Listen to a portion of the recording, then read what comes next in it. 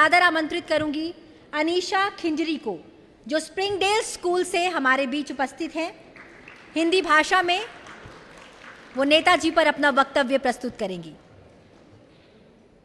जब धरती पर बिजली गिरे और आसमान में गर्जन हो तो वह केवल प्रकृति का क्रोध नहीं, अपितु सुभाष चंद्र बोस जैसे नायक का आह्वान लगता है।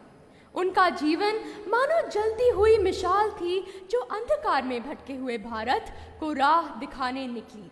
उनकी आवाज़ जैसे हिमालय से टकराती गंगा की गूंज, तुम मुझे खून दो मैं तुम्हें आज़ादी दूंगा, हर भारतीय की रगों में विद्रोह की आग भर देती। पर वह अकेले नहीं थे, वह भारत के हर सपने, हर संघर्ष और हर कुर्बानी का जीवंत रूप थे। नमस्कार, आज मैं अनीशा खिंजरी गर्व और सम्मान के साथ उनके अद्वितीय जीवन के प्रति श्रद्धांजलि अर्पित करने जा रही हूँ।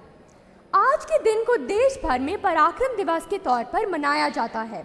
यह दिन नेताजी सुभाष चंद्र बोस को समर्पित है, जिसका उद्देश्य भारतीय स्वतंत्रता संग्राम में उनके योगदान के प्रति कृतज्ञता प्रकट करना तथा देश प्रेम की भावना को जागृत करना है।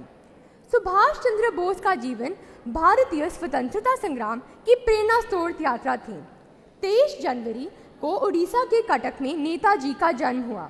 अपनी प्रारंभिक शिक्षा पूरी करने के बाद उन्होंने कोलकाता विश्वविद्यालय से स्नातक की डिग्री प्राप्त करी और फिर इंग्लैंड में कैम्ब्रिज विश्वविद्यालय में दाखिला लिया। वहां उन्होंने भारतीय सिविल सेवा की परीक्षा में प्रथम प्रयास में ही सफलता प्राप्त कर ली।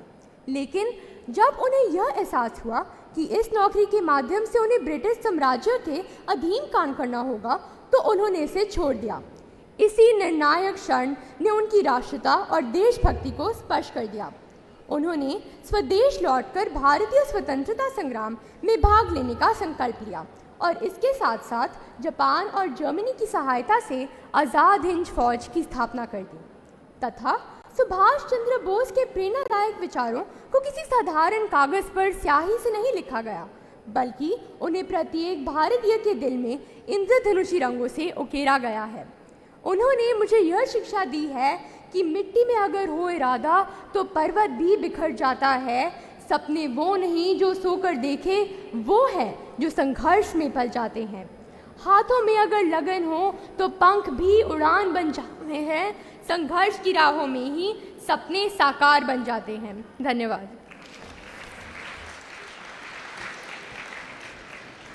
बहुत बहुत धन्यवाद।